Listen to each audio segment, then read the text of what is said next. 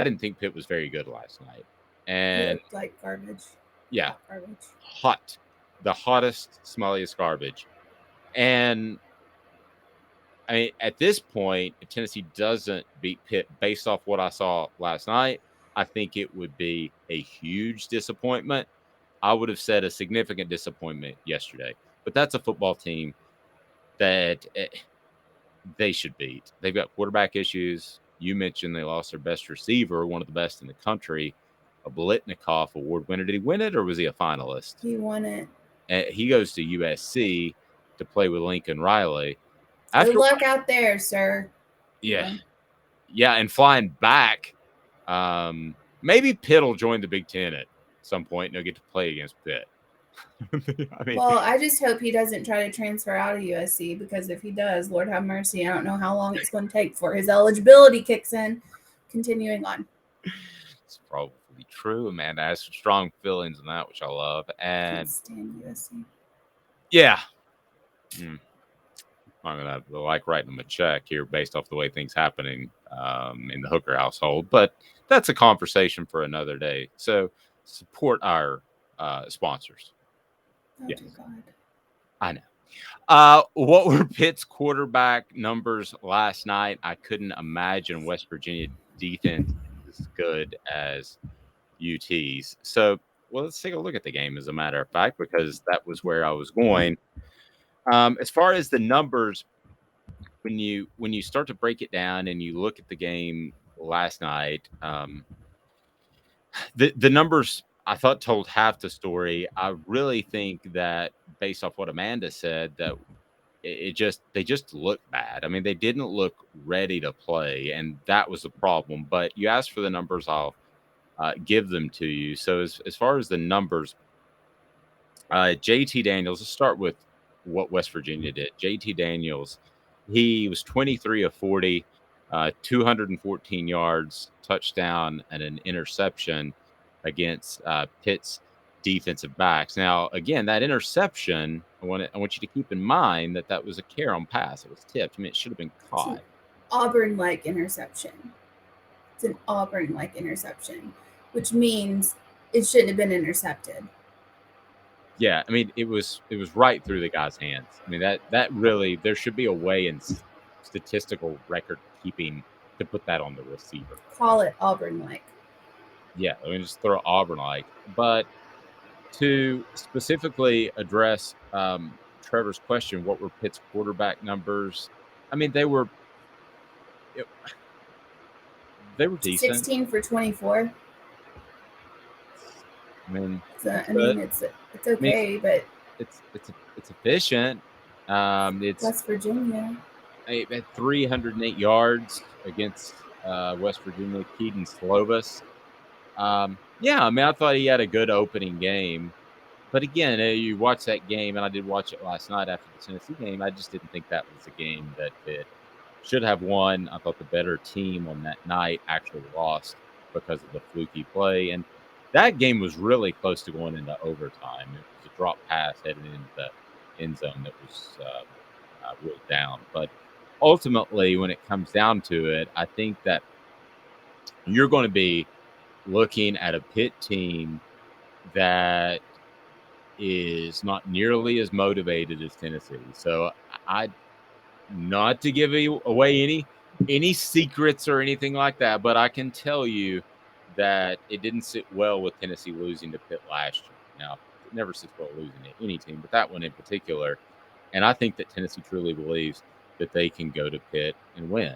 So do we have? Yeah, I do too. I do. Do we have a number on that? A point spread? It seems like, and please correct me if I'm wrong, because you know much more about gambling. It seems like we saw a 3.5 point spread at some point a couple of weeks ago. I think it was 4.5, but let me look. Okay. Yeah. Let me look. 1 second.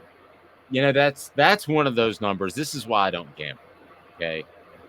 Because that's one of those numbers that I think is an easy Tennessee pick. So that means that it probably will be right about the number, because Vegas. Well, it probably changed. Yeah, I would think so, based off what happened. Dave Hooker, any relation to Hendon? Yes, he's my nephew. If you see the everything about Dave and Hendon it's like spot on. Like you can tell. Like you can, I mean, I think Hendon has some red in his hair a little bit. He does? Yes. Yeah. Facial features all the same. Yep. Same, And skin tone. And I tan so great. And you can just tell by looking at my skin tone that Yes. I'm an incredible tanner. Trevor That's sad that you don't even know how to say that. Continue on. Trevor's saying that I can't stand the whole state of Cali. I kind of like Cali. Daniel feels confident. We win by 14. So, I'm with Daniel. wow, you think Tennessee wins by 14? Yes, I do. Wow. Okay, so they were pushing the top 25. So somebody in front of them is going to lose. So Tennessee's probably going to be in the top 25 come Sunday because of the convincing win. They might even be as high as 22, 21, depending on what happens in front of them. This could be an overreaction, and that typically happens. Well, it's not an overreaction. It's the proper reaction. You've actually seen a game. Yeah, that's not an overreaction at all. Exactly. It's a proper reaction. You've seen what they do.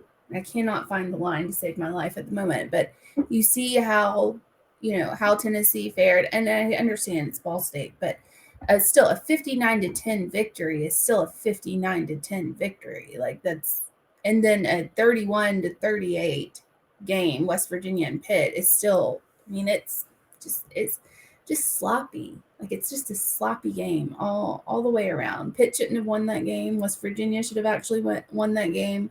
I just don't think that Pitt. I don't think they're anywhere close to what they were last year.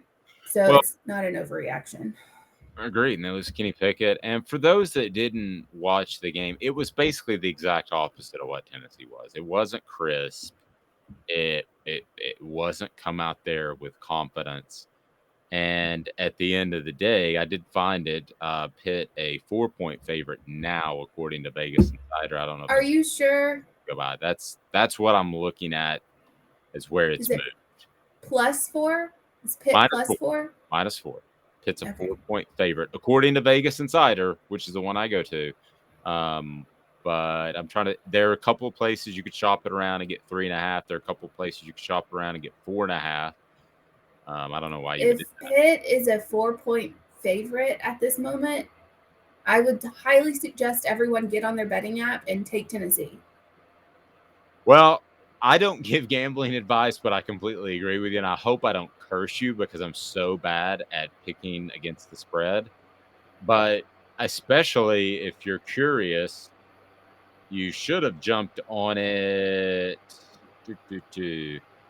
on Saturday, August the 6th. It was actually 4.5. So it started originally at 3.5 way back in May for those that really want to gamble quickly. Got up to 4.5 the first week of August, and now it's settled down at 4. I'm not going to say 14 points, but I'm pretty darn close. I think Tennessee wins by double digits. So be sure to hit that like and subscribe button. We'll have more Pitt talk all of next week, and we're certainly looking forward to that.